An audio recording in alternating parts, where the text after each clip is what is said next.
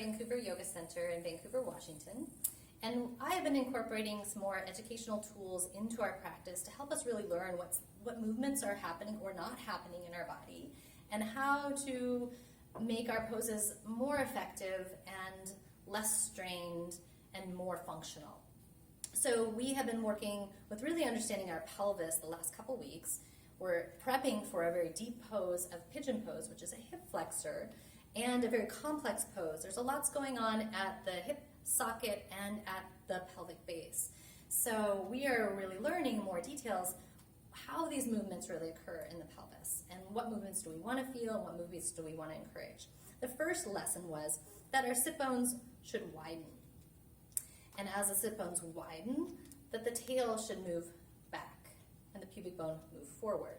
So there is an expanding of this pelvic floor.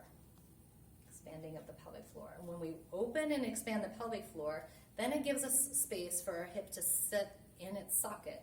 Then we're set up and ready for our rotational motion of the leg. We're thinking of this like a diamond or a kite. Sit bones are two sides of the kite.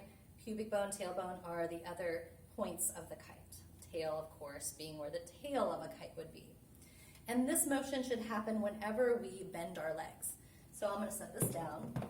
And this is a little experiential thing that you could do. You grab a hold of the sit bones, and when you bend your knees, try to separate your sit bones apart. They should naturally want to.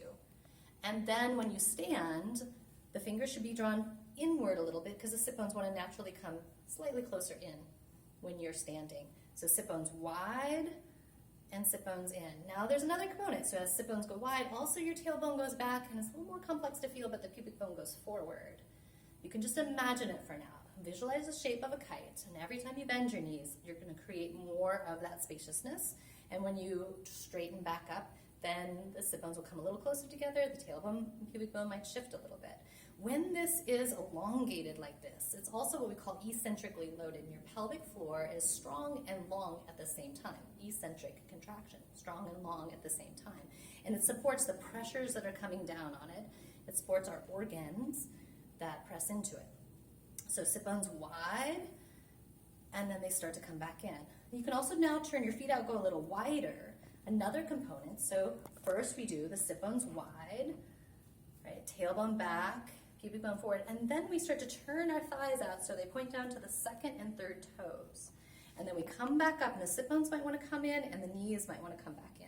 So that's our first stage in rotation of the hips. Sit bones go wide, and tailbone back, pubic bone forward, and then externally rotate the legs so that they point knees to the second and third toe. And that's our first tutorial in prepping us for our pigeon pose.